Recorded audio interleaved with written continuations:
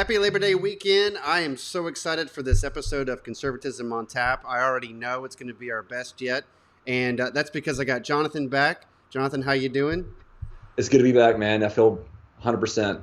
Yeah. No, I'm so happy that you're feeling better. And I know you went through, we kind of announced it on our page, is you went through, the COVID testing and all that stuff. And you had some Right. symptoms, that gave you some concerns. So kind of walk me through that. Like when you got tested, how did that go? Like, what was that Yeah. experience like? First, I just want to thank everyone who wished me and my family well. So, just some information about us. We did have mild fever in the house. It didn't go over 100 degrees. And I won't go into a whole lot of details about the symptoms, but there was enough for us to consider the fact that we should get tested. I have a type 1 diabetic daughter, and that's something that we really want to be cautious about when we're talking COVID. So I did go get tested, and silly me, haha, I went over to a CVS. So going to CVS, first off, if you look on their webpage, Yeah. and I won't spend too much detail on this, but if you go into their webpage right now, all over the page it says, set up an appointment, get like a screening test, of course, but set up an appointment, and you can have your results within 30 minutes at select locations. But they say it all over the page. And so I'm thinking, okay, there's select locations to get tested. You can't get a COVID test at every CVS. Yeah. So I log in, I get screened, and they say it all over the place. Still, like self swab, 30 minutes, tested on site. I'm like, okay, let's go do this. So you pull up, and so if you haven't been tested before, what they do, first off, there's a sign that says test results are received within 2 to 5 days. Yeah. So it's like, okay, so maybe we'll have to wait a week here. But the person there who's wearing a mask, and you'll be wearing a mask too, they basically they send you a bag filled with the testing materials. And I got 2 sentences of instructions. It was open the bag, read the instructions, and stick the Q-tip up your nose, and then on the other end, and then put it in the vial and put it in the box before you leave. And I was like, okay, I'm pretty sure there's more to this than that. So, you get the Q-tip, it's about yay long, right? But you break it off after you're done. And you're supposed to put it up your nose for about 1 inch or so and swab for about 15 seconds, other side, swab, and then you can put it into the vial. You read the instructions, and the instructions are entirely different. The instructions are to do like the traditional test that you might have heard about, which is you lean back and you actually insert the Q-tip about 2 to 3 inches. I've heard it's really uncomfortable. So I look at the lady, and like she's like looking at me, and I'm like, this? And she's like, no, just 1 inch up. So I'm like, who do I believe? Like the instructions and everything that I've read tells me that like the most accurate test is to send it all the way back. But I don't think they trust people to do that correctly. Anyway, so I was confused, but I just did the traditional test. But then I tried to get like horizontal back there, and it is hard to do. Your eyes tear up a ton, and it feels weird. Yeah. In any case, I was told that actually I would get my test results back within about 7 to 10 days. And the whole time we can't work, until we get our test results back. Thank goodness it was negative. We did get our results back within 2 to 5 days. Don't have COVID. And we are feeling good. But it's a trip. And I would caution anyone who is getting tested at CVS. It could take a long time. I've heard horror stories of people having to wait 20 days. I've heard stories, but, before you had to go, I heard stories of people getting COVID testing, and, they would, they'd show up, and then, it's like they both have symptoms, like a guy and his wife, and then his wife gets positive and he gets negative, but it's like, they're in the same house together. They have the same symptoms. Like, how does that work? I've heard, Yep. even heard a story in our local area from a lady I knew who, was in line to get tested, and it was just taking forever. And she was just like, you know what, I'm going to come back tomorrow and hope that it's not quite as bad, because obviously she feels terrible. She goes home. She gets a call that afternoon, like talking to her about her test, letting her know that it's been submitted and then it's for processing. And she's like, I never got tested. I registered, but I never got tested. They're like, well, it says right here that, we're expediting your test. And she's like, what are you talking about? Right. And then she got another call several days later saying, hey, you tested positive for COVID. She was like, I never got tested. Right. So, yeah, I mean, there's just a full spectrum with this thing. But I've got so many stories at the university that I work at right now where they're trying to do a quarantine process, but they are quarantining people for 14 days and they forget to test them. Yeah. They don't even test them. And you got students who are calling into their parents being like, I was never tested for COVID. Why am I being isolated in this like dungeon like dorm, not getting a hot meal for 3 days on end. It is crazy Well, out I there. am glad you're feeling okay. I'm definitely glad that you don't, have COVID for you and your family. That's a blessing. And so many people, yeah, they commented. One of our followers lit a candle for you at his church. Like I thought that was the sweetest thing. That like people, people are invested, in you, man, and the It means perspective a lot. you bring. It really Yeah, does. and so we're happy to hear it. And that goes for everyone. Like as much as there's a mess here with all the testing, and it's been difficult this year. No one wishes any ill will. Like the most right wing conservative doesn't want, people to die. We simply want this to be handled in an appropriate fashion. And of Yeah. course, there's a lot of like sympathy there for anybody who's going through this. And so that obviously extends to you, of course. So we're so happy that you're doing better, man. So we got that to celebrate. The fact that you can drink again, Definitely. obviously, is great. So I've I'm got drinking got to again. talk about that next. I've got a coffee coconut stout here, which is just delicious. And you know what? I don't care that it's hot. I don't care that it's Florida. Like it's the Labor Day weekend, and I'm gonna do what I want. And I spent all day cutting my grass and, and all that. So, Dude, I was like, you know what? I really want a heavy beer tonight, and that's what I'm going with. How about you? hey, I'm drinking. I'm drinking the light beer. Okay, but kudos to you for drinking dark beer during the summer. That just proves to you that you really are porter kind of guy, which I truly love. I'm drinking Harp right now, Excellent. so imported from Ireland, and it's nice, good casual drinking. I also cut the grass today There you as go. well, so Good but this for is nice and refreshing for me. Super super light on the stomach too, which So is we good. got some other things to celebrate as well. So the next one I want to talk about is Alex. I'm bringing this up. So Alex, who's one of our board members, he's been a follower of the page and a huge help to us. And he bought me this microphone, so you can kind of I'll see here check on the it. screen. This is a $250 podcaster microphone. It's called the It's so Rode good. microphone, and I absolutely love it. You can hear me on it now. Hopefully, it sounds much more clear in all of our audio tests that we did. Like I was like, man, what a difference! It filters out some of that background noise. So we're starting to get professional. So really appreciate Alex just said, you know what? I saw a couple of the interviews, and I love what we're doing, but I want to take it to the next level. And so he provided that, and you can see the difference. Cheers, Alex. Absolutely. So cheers to Alex tonight.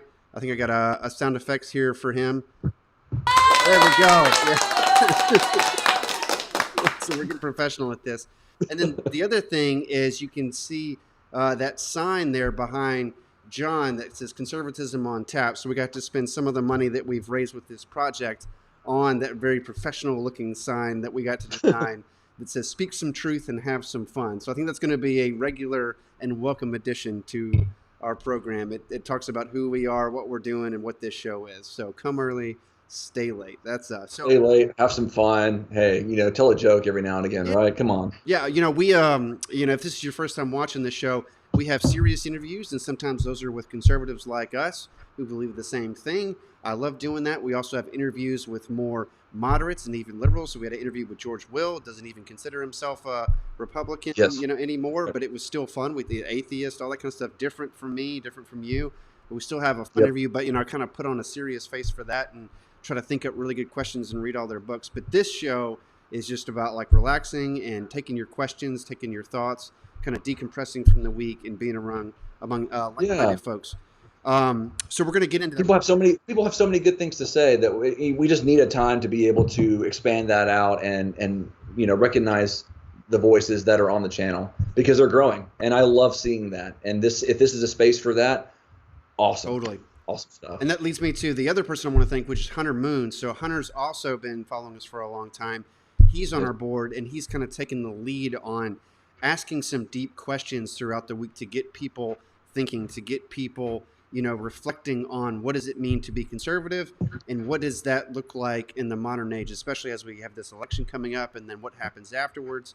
And he's just an awesome guy who's been helping us, and I love all the conversations that he's ginned up this week. We're going to go through that, Johnny. So now that you're feeling better and we got the show back Sounds good. online, we're stronger than ever. We're going to go through some of these posts and stuff.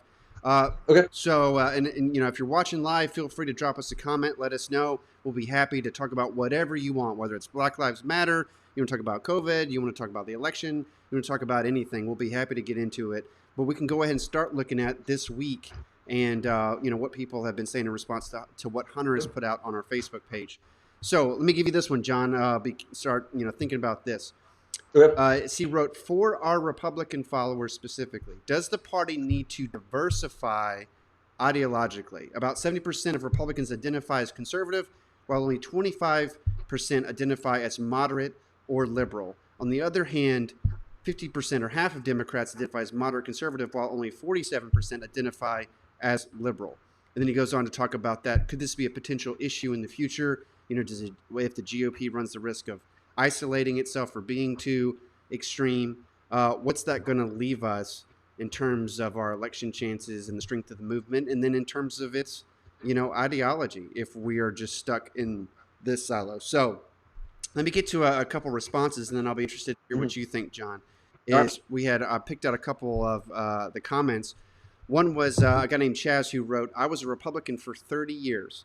I got tired of being called a rhino, Republican in name only, is what that means. So I switched. In Pennsylvania, we had a Republican senator, John Hines, who was a good man. He died in a helicopter crash. Today, he would have been attacked as too liberal and shunned by the party.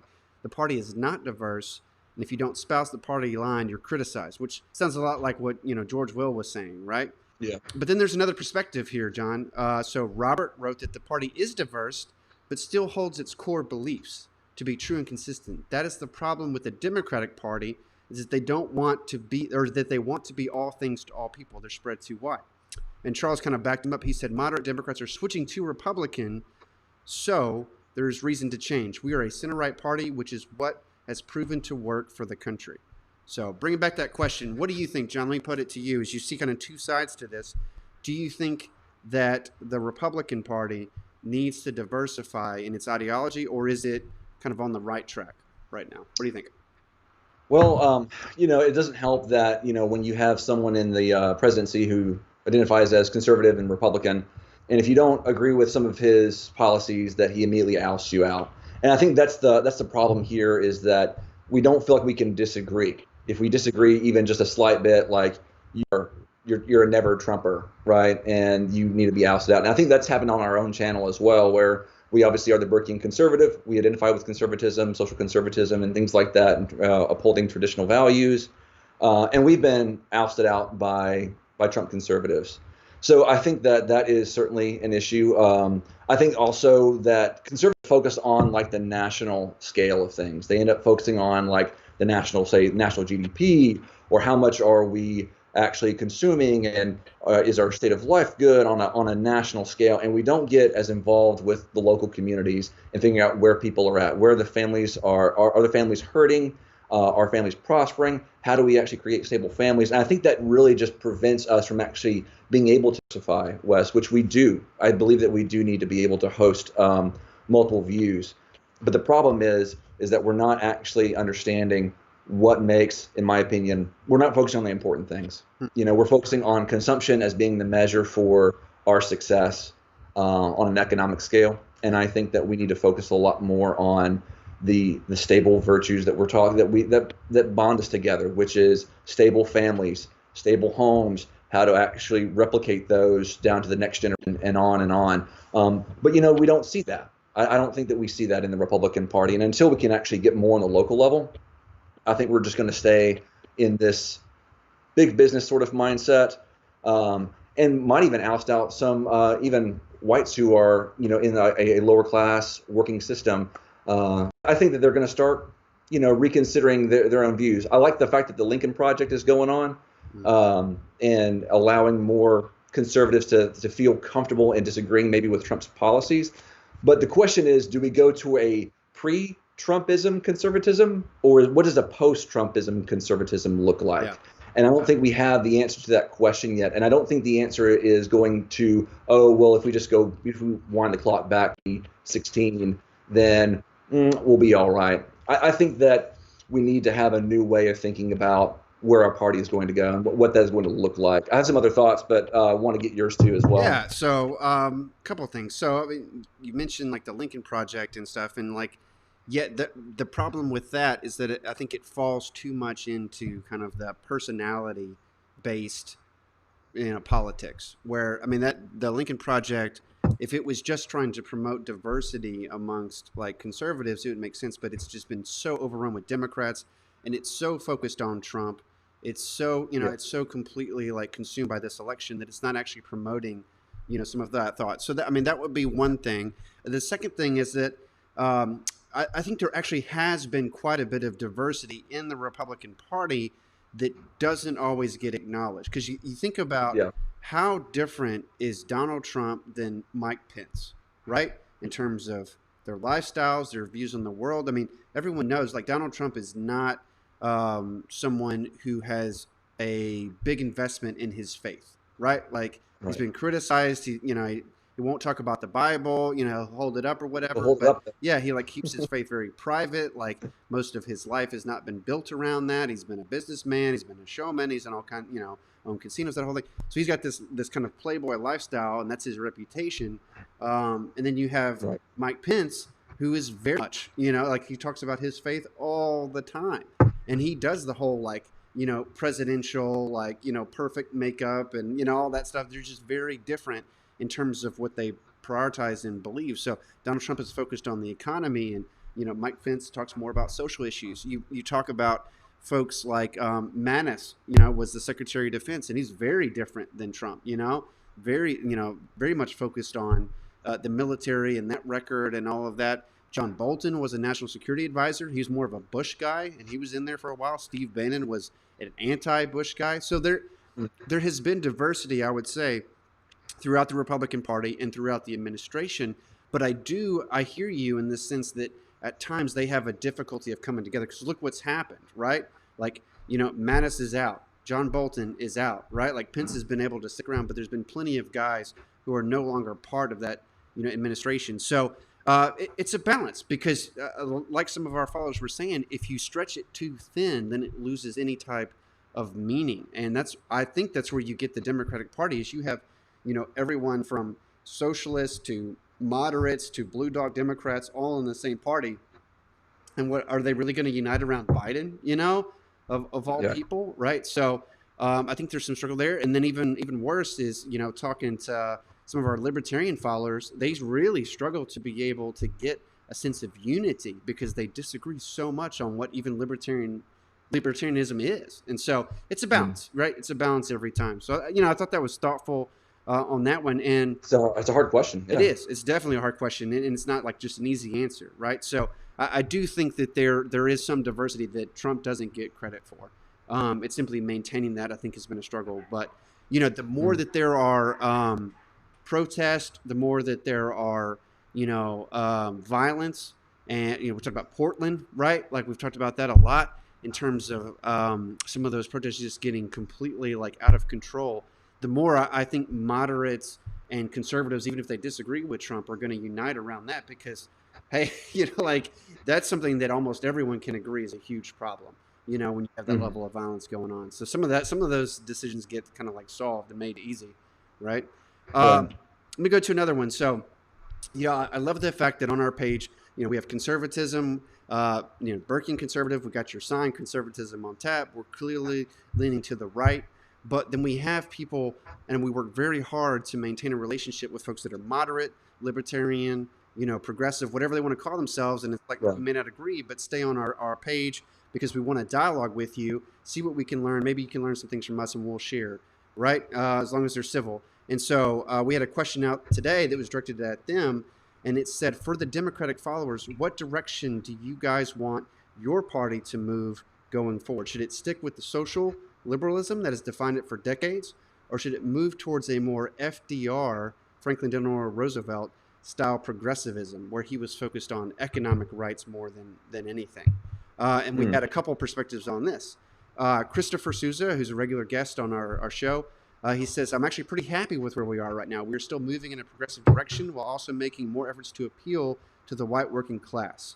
And then Damien said, when I traveled for several years, I was met with shock at how our nation did not have a universal healthcare system.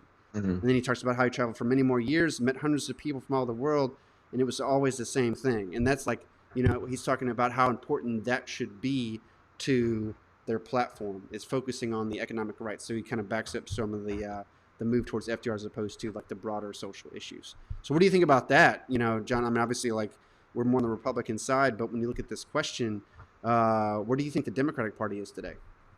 I can definitely relate to one of the comments that was made just because when I studied abroad over to Europe, I had people asking me the same question is how do you not have a universal health care going on? Like, And at the time, I was in college. My focus wasn't really so much on that. I had a job. So I think that for me, it was more of eye-opening about the kind of injustices that are still around in our own nation. And I think that's where I do value even the Democratic Party and their views on our channel is just making known the injustices that I don't always see, that I have blinders to, whether that's due to my upbringing or my skin color and things like that. So I like hearing the stories that they share, like this comment, especially when it's very, very civil. So can I tell you where exactly the Democratic Party needs to go? Yeah. So I wouldn't say that I can, just because I don't identify with that political ideology or anything. But I do respect the fact that that party does cause me to think a lot harder and question my own beliefs of what injustices are ongoing that I'm not privy to in my day-to-day walk of life. Yeah. I may not agree with Black Lives Matter, but go onto the page and we start looking at what do they actually stand for, and why are they incorporating these different views into it.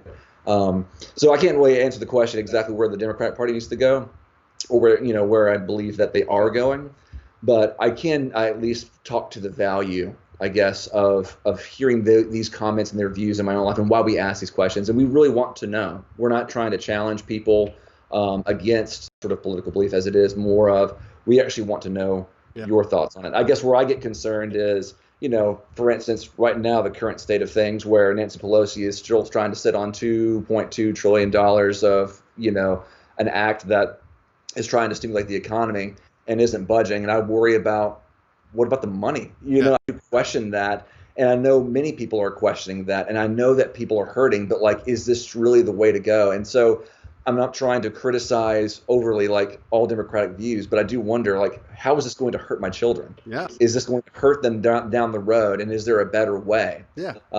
Those are my questions, I suppose, at this current time as a family man. We talked about it, right? When you look at Black Lives Matter, and I think there's a huge appeal and support of Black Lives Matter from the Democratic Party and from liberals in this country.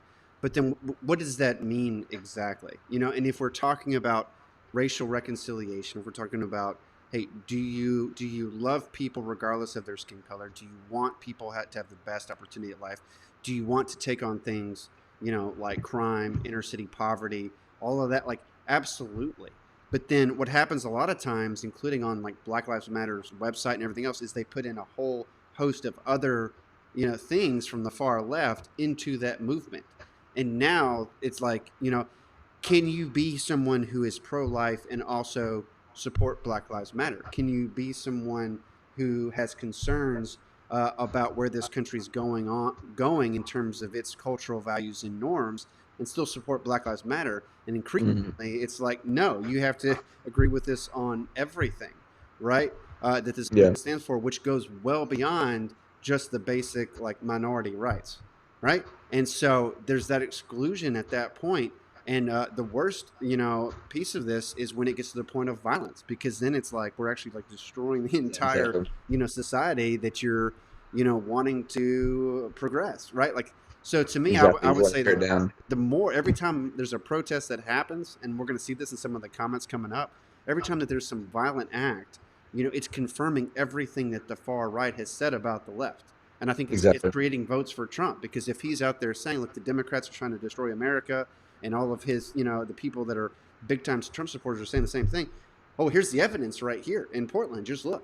And then if Democrats, say, well, hey, that's just the cost of doing business, that's just how it needs to happen, then I think you're losing people. You're absolutely losing people. So, it's a lot of the things that come out from the hard right, from the Republican Party today, tend to be very focused on strong language. But what you don't see is that level of violence coming from the right. Yeah, there are some isolated groups and things like that, and they should be condemned. Yeah. But when we're talking about this massive upheaval, come on, it can easily get out of control. So, that would be my thought. Is the guys that we have on our page, guys and girls that we have on our page, who are left leaning, who are moderate or Democrat or whatever, I absolutely love them, because they keep coming back. Sometimes they'll call me out for stuff, but we always come back to it in civil fashion. We agree to disagree, that type of thing. But it's always based upon that mutual respect and using words. We don't get to that point where we're like screaming at each other or threatening each other, like I'm coming after your kid. Like we don't do that. And like as long as both parties can have that discussion, I think there's hope. It's when we lose that on either side that it gets to a point where we're really struggling, and it's hard to Mhm. come back from. Well, So I think where it gets hard to converse is when the worst of both sides, which like you talked about, Wes, which yeah, the worst side of say maybe the left might be this tend towards violence, and you might call them outliers, but it still provokes this environment where violence can occur. And then on the right hand side, though, what I see on the right though is constantly like as much as we as the working conservative tried to cherish our institutions, so much of what I see on the right, on the hard right, is this distrust of most institutions, this distrust of science, the distrust of media, the distrust of maybe government, right? And of course, there's always been like the distrust of the church that's grown more and more frequently. And so when you like start losing faith in the institutions that are around you, like where do you like turn? yeah, Do you turn to one particular person? I mean, anyone can read articles that agree with their own views, but like as we've got, people like Chris on our page who's constantly saying, "Where's the data? Show yeah, me the data." yeah, Like I want to see the research, and it's this constant like check, and it's not an insult. It's just this check of, do you know what you're reading? Have you read the other side? Are you sure this is accurate?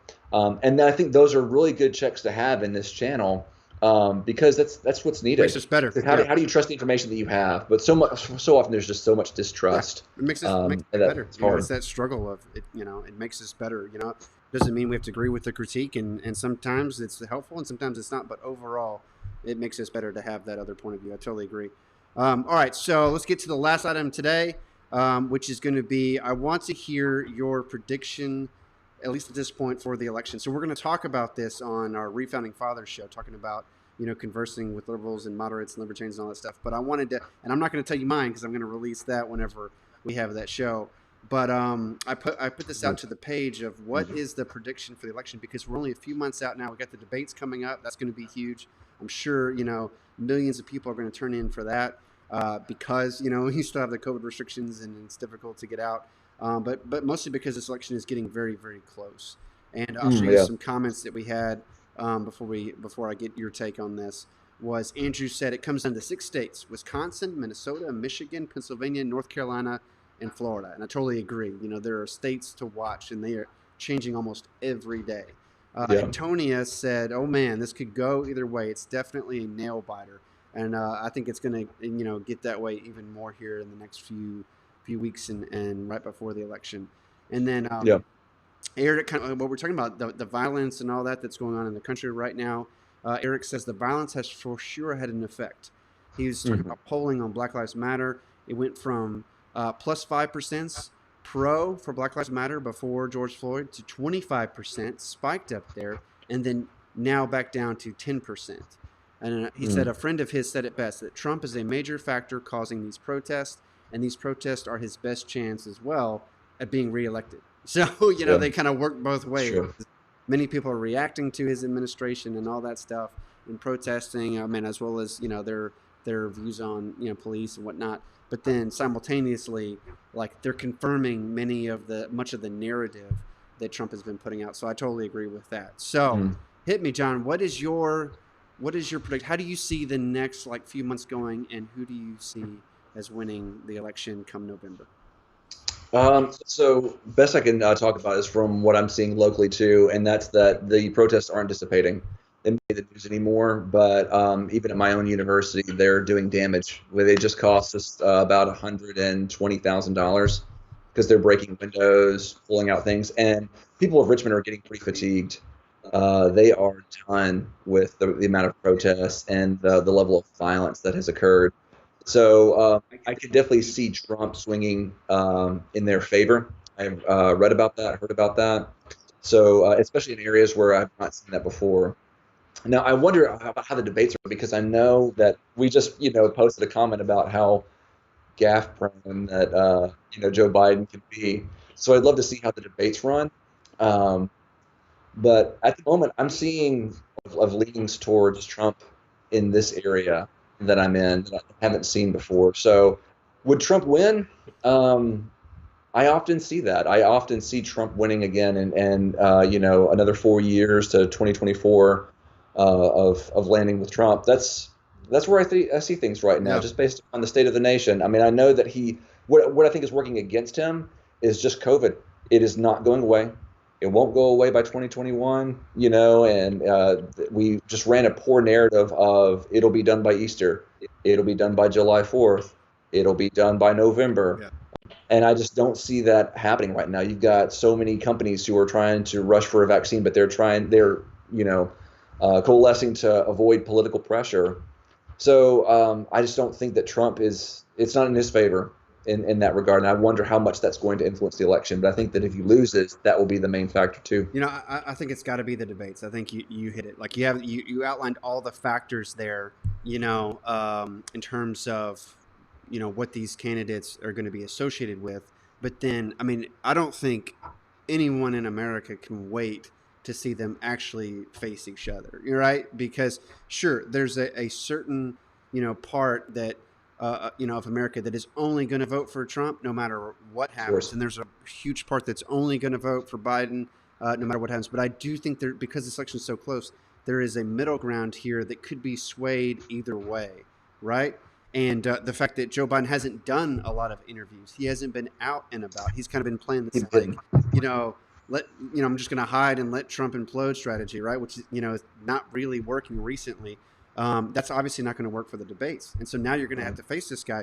And Joe Biden, when he debated Sarah Palin, was able to kind of tie that out and like didn't have too many slip ups there. But man, was that 12 years ago, right? Like that's a long time. Yeah. And so, I mean, age catches up with you, and all it takes is a few slip ups, and there you go, and then it's out there for the world to see. So we kind of, step away from some of the spin and the commentary and all that stuff when you just got those two people talking. Hmm. And Trump's going to bring the heat. He's extremely good in the debates. Hillary Clinton found that out. And I mean, it's going to be fascinating. I think it's going to decide it. I think you could have Biden slipping up several times, and that becomes the narrative. We could have him holding strong, and Trump, goes out of line. So, and something as simple as that could cost them a few million votes and decide the election. So, I really think that those debates are Tense. going to, yeah, and the type of questions. What are they talking about? Are they talking about protests the entire time, or are they talking about COVID the entire time? Which topics, Mm. and how do they control that? Can decide it. So, it's fascinating. I think it's going to be very, very close. We did get a comment here we had a couple. So Cam was talking about Black Lives Matter. So thanks for that. And then I think we discussed Black Lives Matter at length here in this episode. So feel free to go back and watch it once it posts as a video and you kind of get our thoughts. We've got more.